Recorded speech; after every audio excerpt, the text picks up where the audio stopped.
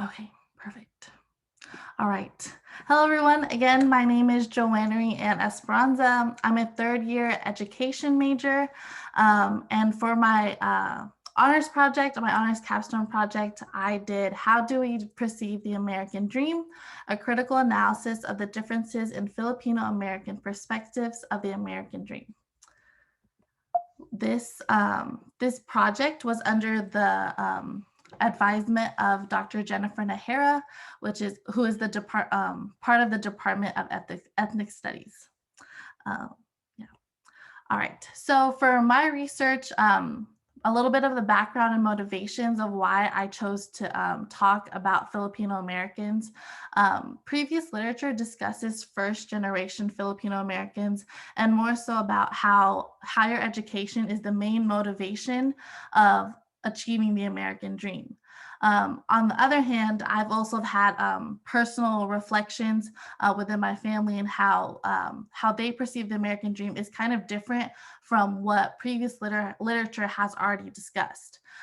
You'll also see that the past election year of 2016 and 2020 actually played a major role in why I chose to do this for my project, mainly because I wanted to understand the motivations of immigration behind these differences, mainly the differences between my mother and I, and also to ultimately create a consciousness and understanding of the differences between perceptions in order to avoid that familial conflict.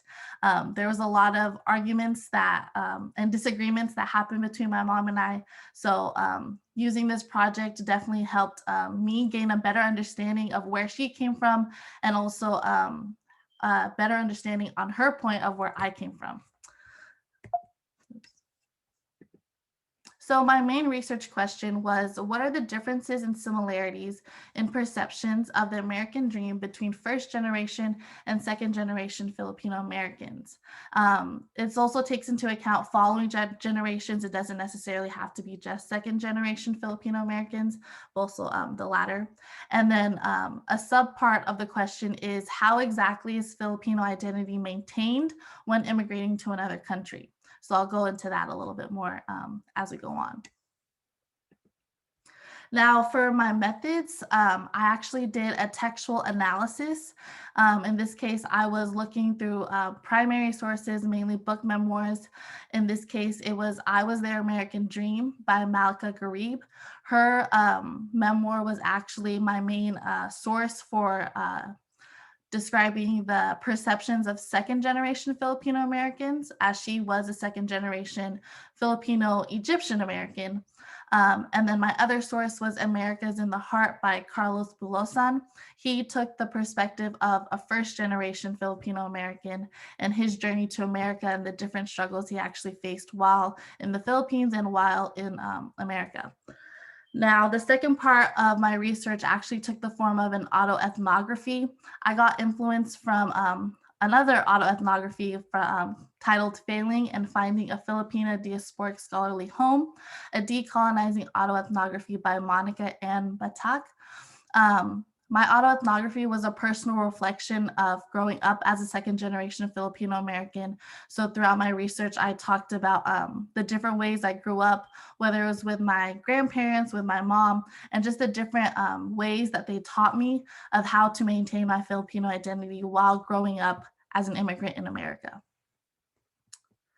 So for my findings from the first generation Filipino American perspective, I saw that the way they perceive the American dream is the key to achieving success within America.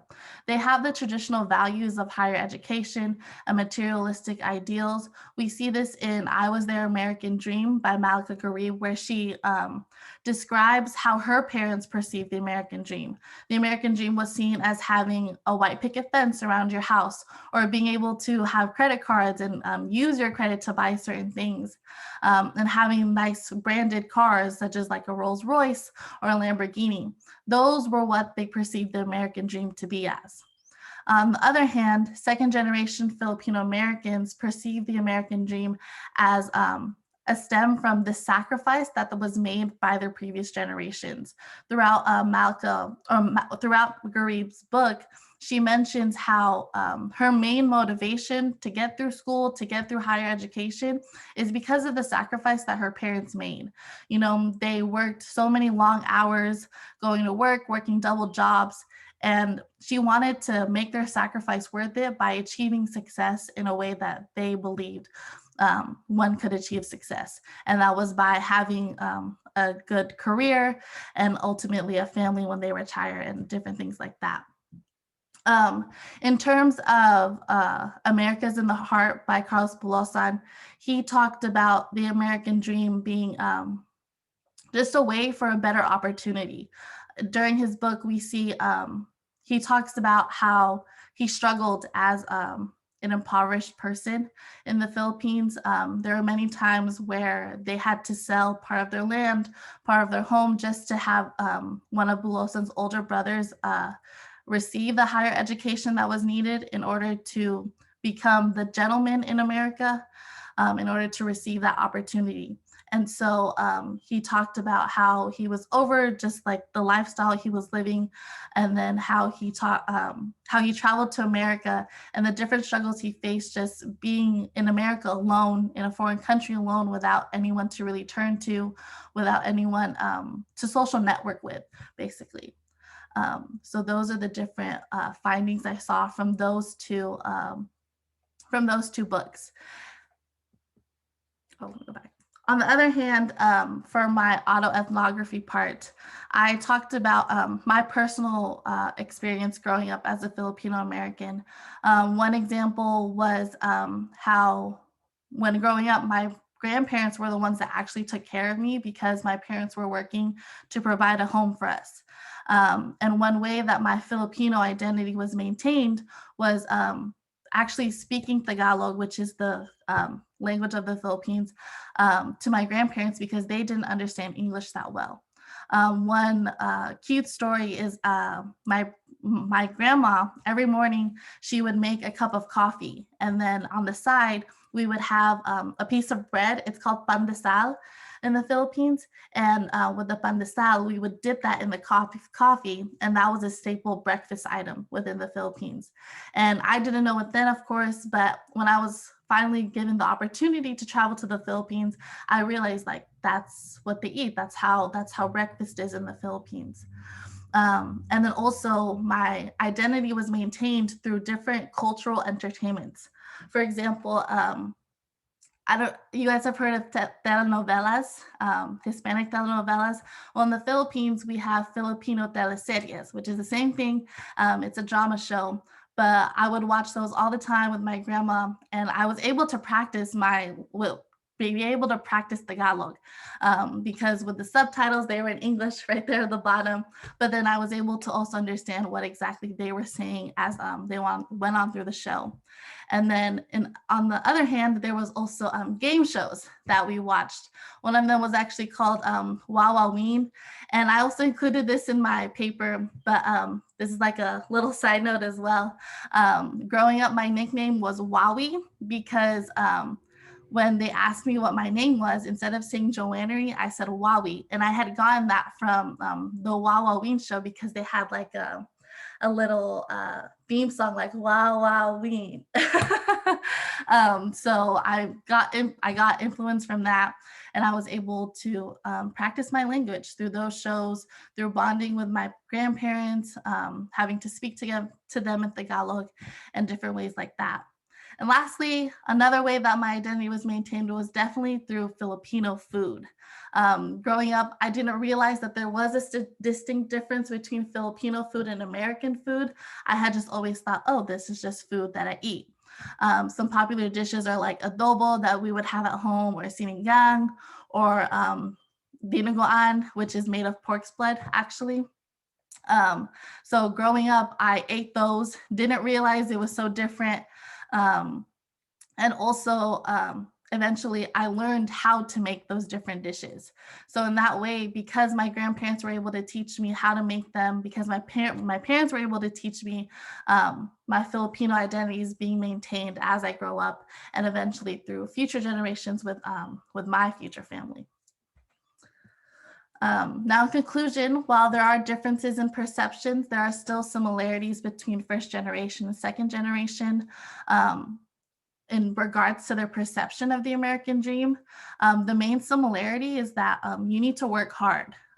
When you go to a different country, you have to be able to put in the work and the hours just to achieve the different goals you want to achieve. Whether it's through higher education, you have to study hard, study for long hours in order to get those good grades that you need in order to pass higher education. On the other hand, if you're working to get money, you're working double jobs in order to get that money to send back to the Philippines, and that was part of the American dream. And like I said, the maintenance of Filipino identity was through foods, entertainment, values, and language. In this case, for values, the main value was respect. There's many different words in the Filipino language that show certain respect for other people. For example, if I have an older sister, I would call her ate, or if I had an older brother, I would call him kuya. My grandparents, I would call them lolo and lola. And each time that I would talk to them, I would grab their hand and take it to my forehead and say mano po as a way of asking for their blessing. Um, and then that way, our value of respect was maintained, especially the respect for elders. And these are my references for my project. Were there any questions? Well, thank you for this presentation, Joannary. Thank you. And I actually do have a question. So you've shown the contrast between first and second generation views of the American dream. Do you see these views as being clashing or complementary or a bit of both? Like, how do you see them relating? I see them as complementing each other. Just as I said before, when it comes to the American dream, the main goal is to have that better opportunity. And through better opportunity, they work hard, they make that sacrifice. And then when it's complemented by the perception of second generation Americans when they realize that with that sacrifice, they have to be grateful for their sacrifice, which is why they put in the same amount of hard work as achieving their higher education or whatever career path that they choose to go on. But it's just having that gratitude of the sacrifice that was made. And that's kind of how they complement each other. And Adam actually has a similar question. Did conducting this research help at all with managing conflict between different generations? Personally, yes, they have. Like I said, this was motivated by conflicts between myself and my mom, as well as older generations within my family, hearing different comments that they've made about certain issues such as immigration or just like presidential candidates. It definitely differed from mine in a certain way. So knowing that they have this certain mindset of there is better opportunity in America, it kind of made me realize why they believe in certain sides of the political spectrum. So it definitely helped me better understand their point of view. All right, and if there are any other questions, you can paste them in the chat. I think you've already clarified what drew you to this particular research subject, right? So was there anything about the subject as you were working on it that took you by surprise, that seemed unusual? Personally, no. I actually was able to understand, like for example, the previous literature of how first generation Filipino Americans believe higher education is the key to success. That's definitely a main point of view that I see within my family.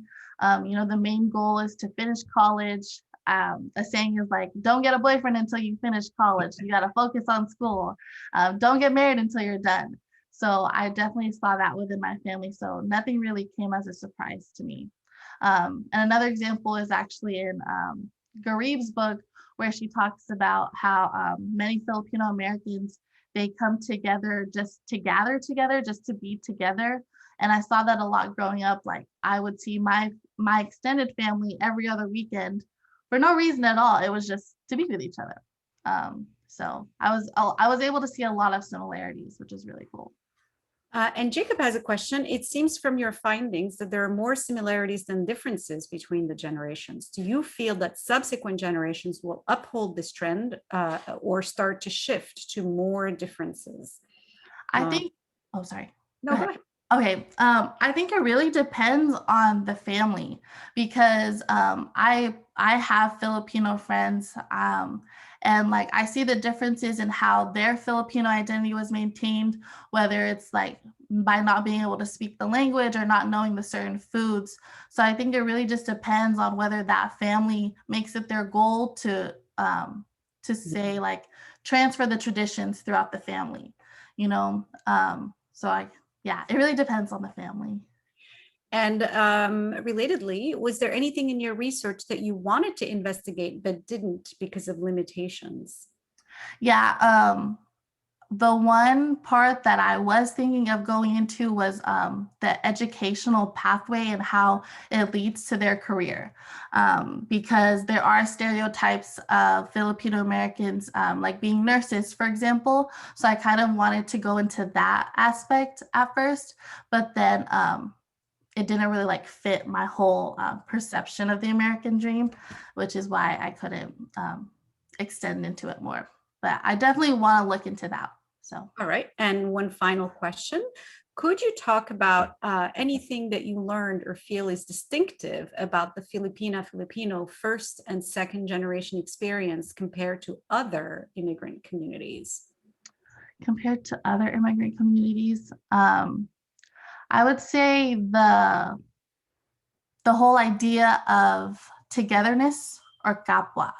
And like I said before, it's similar or it's better explained through the different social gatherings that we had growing up. You know, I would go to a family party of a family relative that I didn't even know of, but I would go celebrate her birthday because it was just having that support with each other within a foreign country. That's why I would say that's very distinctive because I do have friends who, again, this is off of my experience, but I do have friends who are from different ethnicities, and I see how they're not as close to their family as Filipinos are. Um, yeah, they're not as close to their families, especially when it comes to gatherings or just being close to their cousins too. So that I would say that's distinctive. All right. Well, thank you so much for this presentation. This was really fascinating. Round of applause for Joannary. We're all going to do this. And I believe this concludes our session for track 21B.